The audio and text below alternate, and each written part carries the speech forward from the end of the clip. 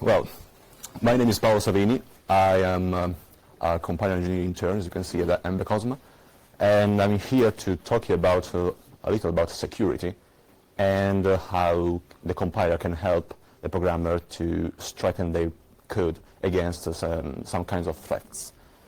Actually, how many of you were in this dev room last year? Well, quite a few. Yeah, and some of you may recall, actually, that there was a similar talk last year from Jeremy Bennett. Please raise your hand, Jeremy. Yeah.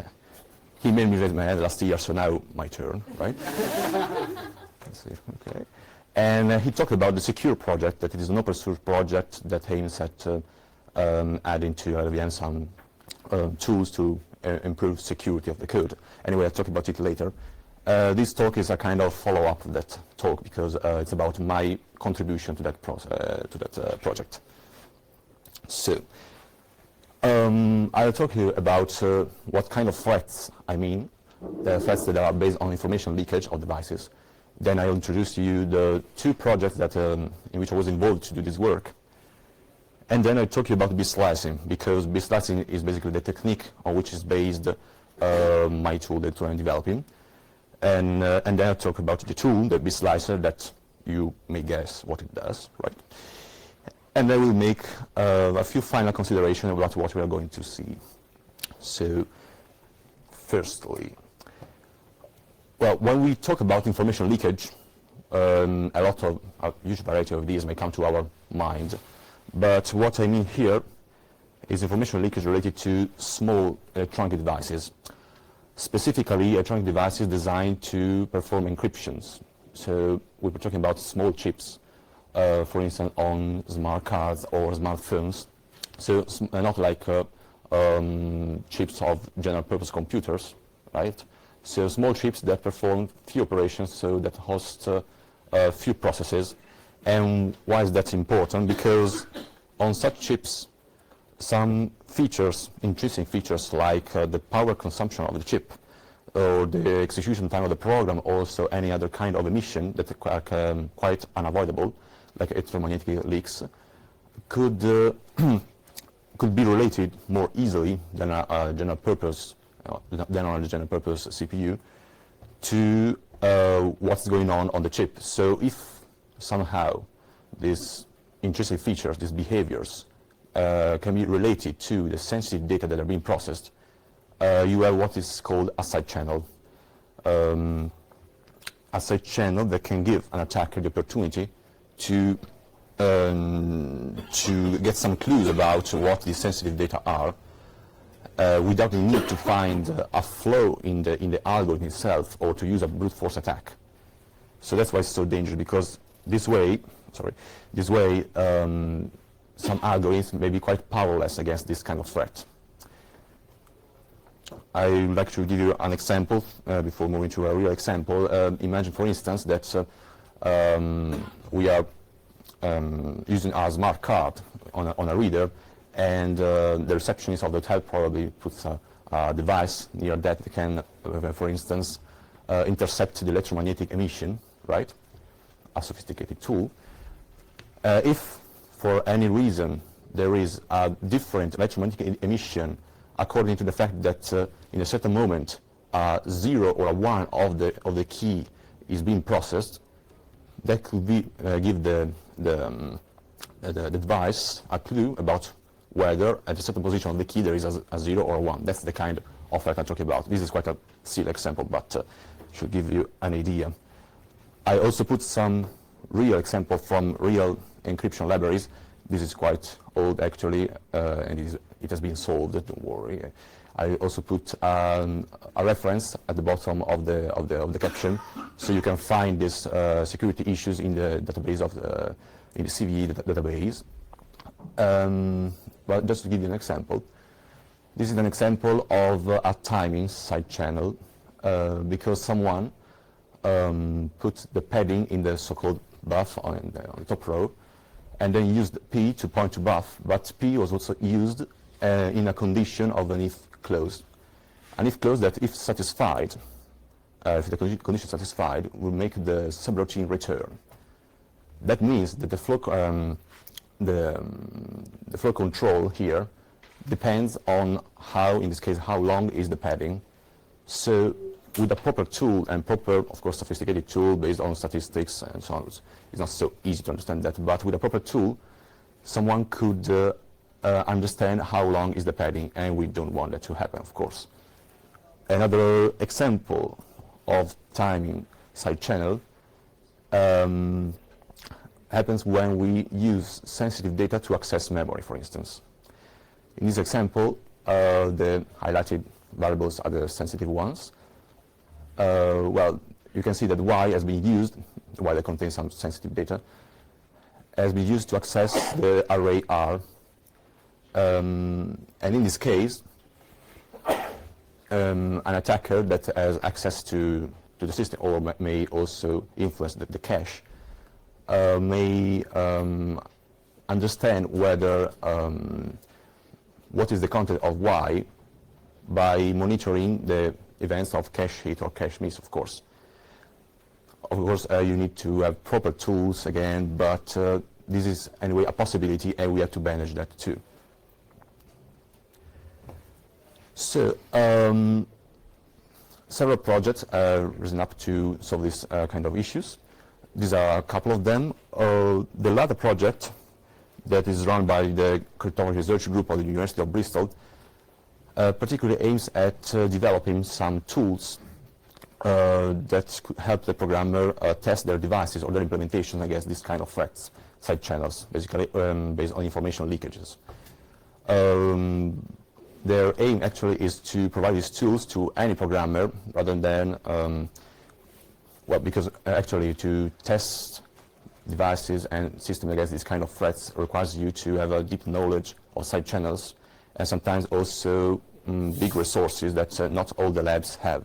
So that's the aim of the project, to bring the expertise in leakage-related attacks to the table of any developer. And they partnered with Cosmo in order to achieve their goal, and that's how the Secure project was born. That is, as an open source project, it is more focused on the compiler, because it aims at adding some tools to open source compilers like GCC and LLVM that seemingly help the programmer to write more secure code against these kind of threats. Here are some of the things we are developing. This project is still active, and we are working on these tools. A tool that can automatically slice some selected region of your code, or a tool that erases some sensitive data left on a stack by a subroutine, for instance, and that can be so collected by a proper attacker. And then some warnings that let you know whether in the code you're writing there are some bad practices, some bad choices of the implementation that could lead to a side channel later. So I have to ask you, how many of you heard about bit slicing? More than what I expected, right? Well, just for the sake of completeness, I'll explain you briefly what it is. Starting from this previous use, before we had the microprocessor, bit slicing was basically used to obtain, let's say, a processor with a longer word by ideally, let's say, putting together to work together n 1-bit processor to build a virtual n-bit processor, let's say, like a SIMD system, right? A single multiple data system. But of course, in order to do that, you need also to transform the software that had to run on this system. That means that you had to slice data and the algorithm as well. As I was going to show you now, you could do it also in software by, let's say, simulating this virtual processor on a general purpose CPU by, of course, slicing the data and slicing the algorithm, and then I explain you why we should do that nowadays. Before that, I would like to show you an example of simple slicing. Let's take, for instance, that array as an input on the left, and let's imagine we want to slice it This array on the right is not complete, of course, because it should be 8 times longer than the one, because it will have one element per each bit of the original array, so much longer. And simply we put each bit of the original array in a new element of our array of slices. I'll call them like that from now on, the slices, right? What about the algorithm? Here is a simple example. Let's imagine that the algorithm that we meant to run on that input was that loop at the top, just a simple XOR operation between the bytes of the arrays. If we want to visualize the algorithm, we have to substitute that each XOR operation of that loop with a set of 8 XOR operations perform each one of the bits we've seen before. Right, you may now be wondering why should we do that? I mean, dividing data and adding instructions. Besides, you may have thought that just some algorithms can be sliced, and moreover, only some of these would benefit from this kind of representation. For instance, the single input multiple data systems would benefit from this, because they will gain a better throughput, as you can see from this example. This is an evolution of the previous example, in which we are taking more instances at the same time of input, and we fill in the remaining bits of the slices with the bits of the other inputs, as you can see here, in an orthogonal way. This way, you just make a simple calculation. Instead of making 8 times more XOR operation and just processing one array, we anyway make 8 times more XOR operation, but we process 8 input instances. So basically, in this case, we balance the throughput, the loss of throughput. But we could also use slices that are longer, for instance, 32 bits. And in that case, we will gain throughput, because we will process 32 input instances at the same time. But this is just about efficiency. In cryptography, instead, bit slicing has been suggested as quite an interesting technique to address the problem of time inside channels. And why is that? Because as I told you before, the transformation of an algorithm actually implies that the original algorithm is transformed into an equivalent version just made of atomic Boolean operations, so operations that can be performed on just one single bit. And as you may know, the atomic Boolean operations have an execution time that does not depend on the input. Think, for instance, at the XOR operation or the logic operation like AND or OR. And so if we manage to translate a whole algorithm into this equivalent atomic Boolean version, we obtain an equivalent version of that algorithm that has an overall execution time that does not depend on the input. And this is really crucial for a block cipher, for instance, that moreover is also usually a single input and multiple data system, so that will gain also throughput from this technique, as I was saying here. So now, the bit slicer, and you may, as I said, you may guess what the bit slicer does. Practically, it is an LLVM pass, as many of you may have heard in the first talk what LLVM pass is. A pass that that automatically bit slices, as I said, selected areas of your source code, and I also meant to add the possibility to have to manage yourself some bit slice data, because the aim of the bit slicer would be to spare you the need to bit slice your data and your algorithm. That can be quite painful, because you have to isolate all the bits and put them in the proper place, and then you have to transform the algorithm equivalent orthogonal version. And if you do not know how to do it properly, you can also end up in mistakes. So we'd like to provide an automatic mechanism to do that for you, since it's quite mechanical. But from time to time, you may need to do it to manage the slices on your own, and then I'll show you how it should work. So that's how it should work. We like to see it work with the automated slicing. I mean because it's still a work in progress. So I mean to introduce a pragma that takes, for instance, as arguments the data structures that they needed to be sliced, and that encloses the part of the code that has to be sliced. And so that's what will happen from the previous example. That the compiler would create the second version of the code, and by hiding it to you, I mean you don't need to care about it, and then it does it automatically. While about the other behavior I was talking about, so the case in which we need some B-slice data, for instance, because our implementation of the block cipher needs us to handle these slices on our own. It works this way. We will need to allocate ourselves, for instance, an array of slices of the proper length, but it's not so difficult, of course.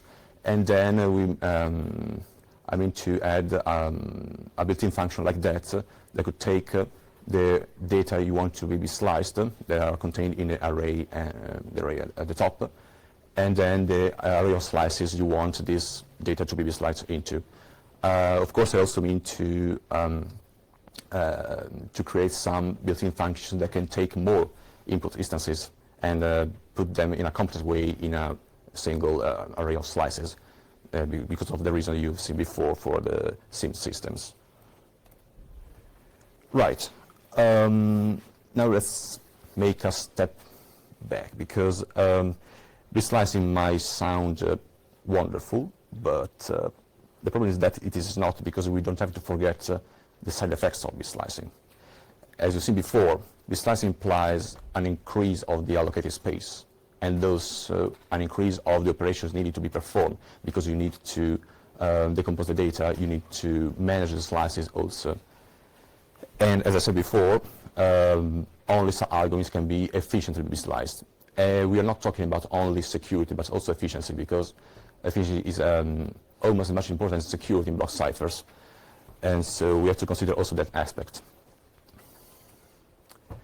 So as I said, the SIM systems, as we've seen before, are quite good candidates because they may gain a lot of throughput with B-slicing. And block ciphers, they may also gain the precious feature of the independence from the input of the execution time. And so, well, it may gain that resistance against the time inside channel attacks we've seen before. But, of course, never forget that any dependency that may occur between the several bits of the same input instance may cause a loss of efficiency, because they may prevent you from processing several slices in parallel, but also could prevent sometimes also the bit-slice transformation. And also remember that also in block cipher that look like the best candidates ever, there might be some implementation of the same block ciphers that would not benefit from this slicing just because of the implementation choices. And so that's why I conclude here by saying that this kind of tool may be useful for this reason, but should be used very carefully, because if you are concerned about efficiency and security, of course, you need to understand whether your block cipher, your implementation really fits it. Right. Thank you for your patience. And if there are any questions or suggestions, I'm really open to suggestions. Please ask.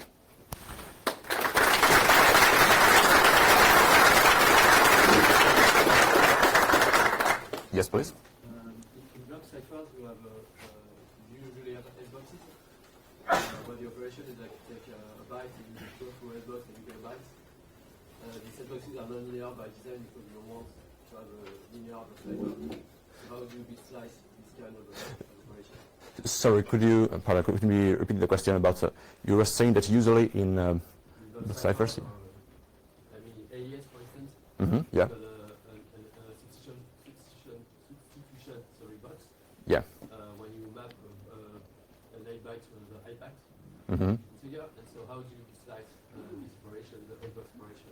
Can you repeat slice one on one? So is asking me about the substitution operation that in some block ciphers happen, like in the AES algorithm, for instance. So the substitution boxes that are used to remove the linearity of the block cipher itself. You raise a very good point because that is one of the first features I was trying to visualize in the pre-sent block cipher. I don't know if some of you heard about it. It is a kind of light version of the AES. In that case, well, just to explain you how it works, the plaintext, or that's around the ciphertext anyway, is being encrypted by substituting its bytes with the values found in a table, the substitution table. So in this case, you have that you're just collecting data from memory.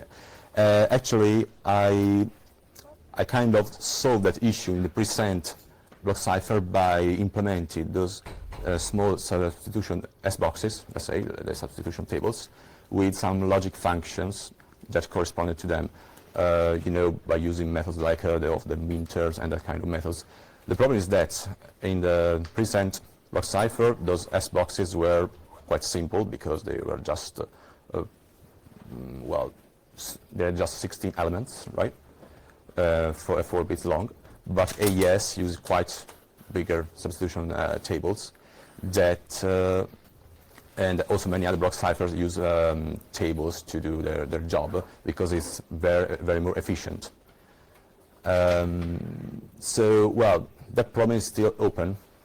As I discussed with Daniel Page of the Ladder project, it's still very, very open because some of those tables are, all of them actually, are based on complex mathematical calculation and studies. So it's still very open.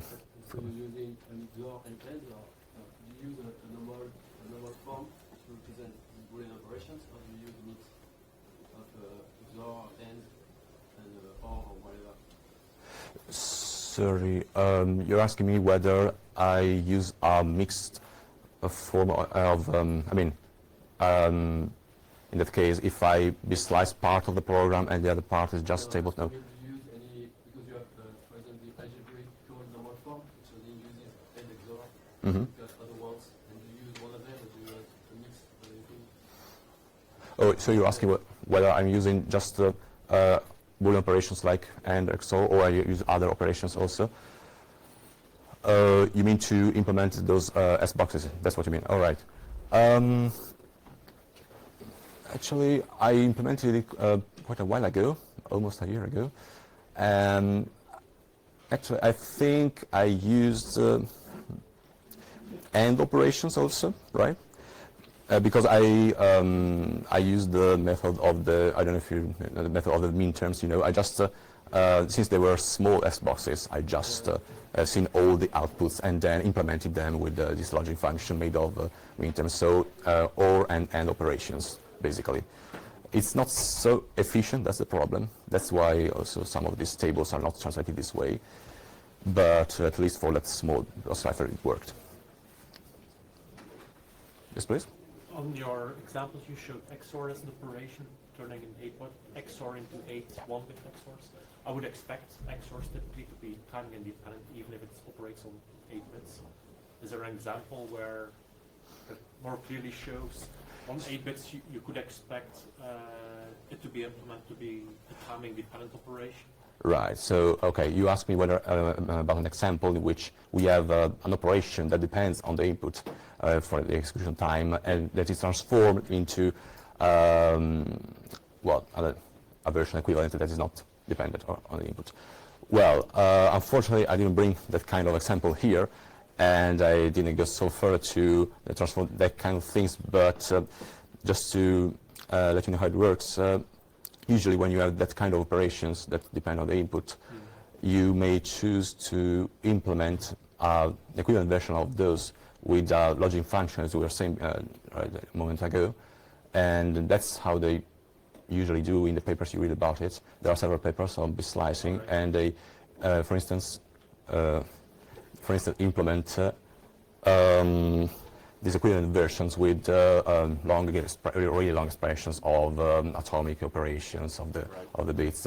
I think I put some example here. That's quite interesting because I put a couple of links of a couple of papers. The first one actually is about the slice version of the AES algorithm, and that's quite interesting to see how they solve the kind of problems we were talking about a while ago. But if I remember well, they use a lot of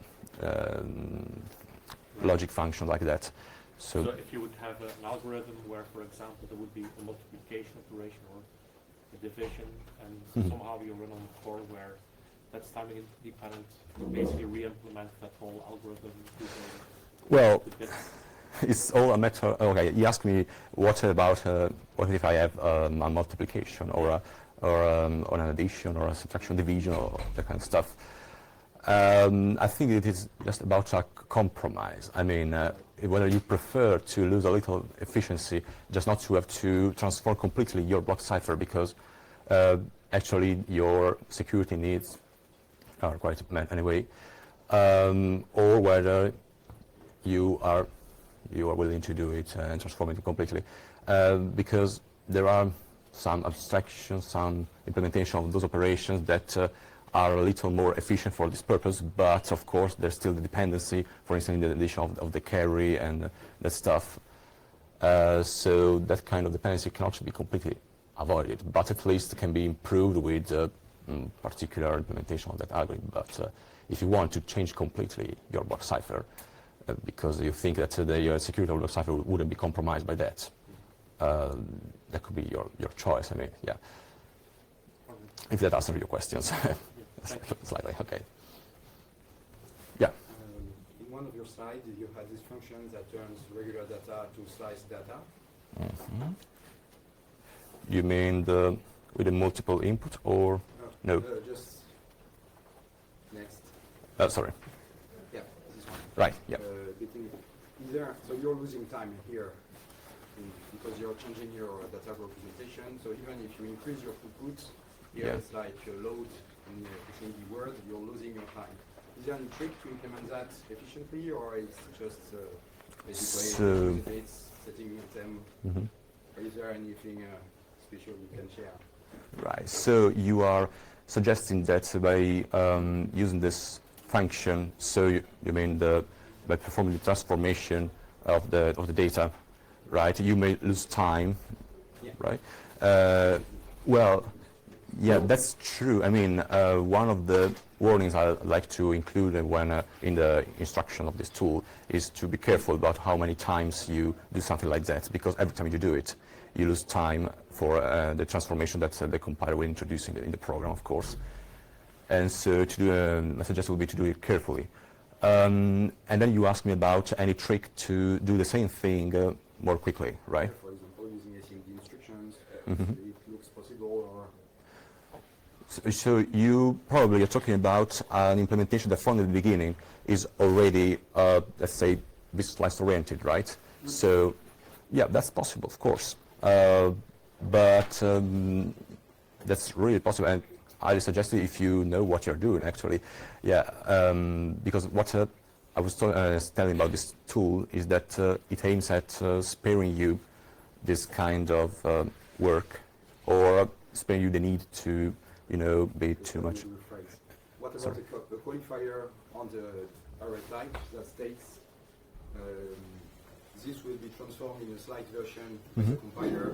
So you write it the normal way, and any data access will be done in the sliced way.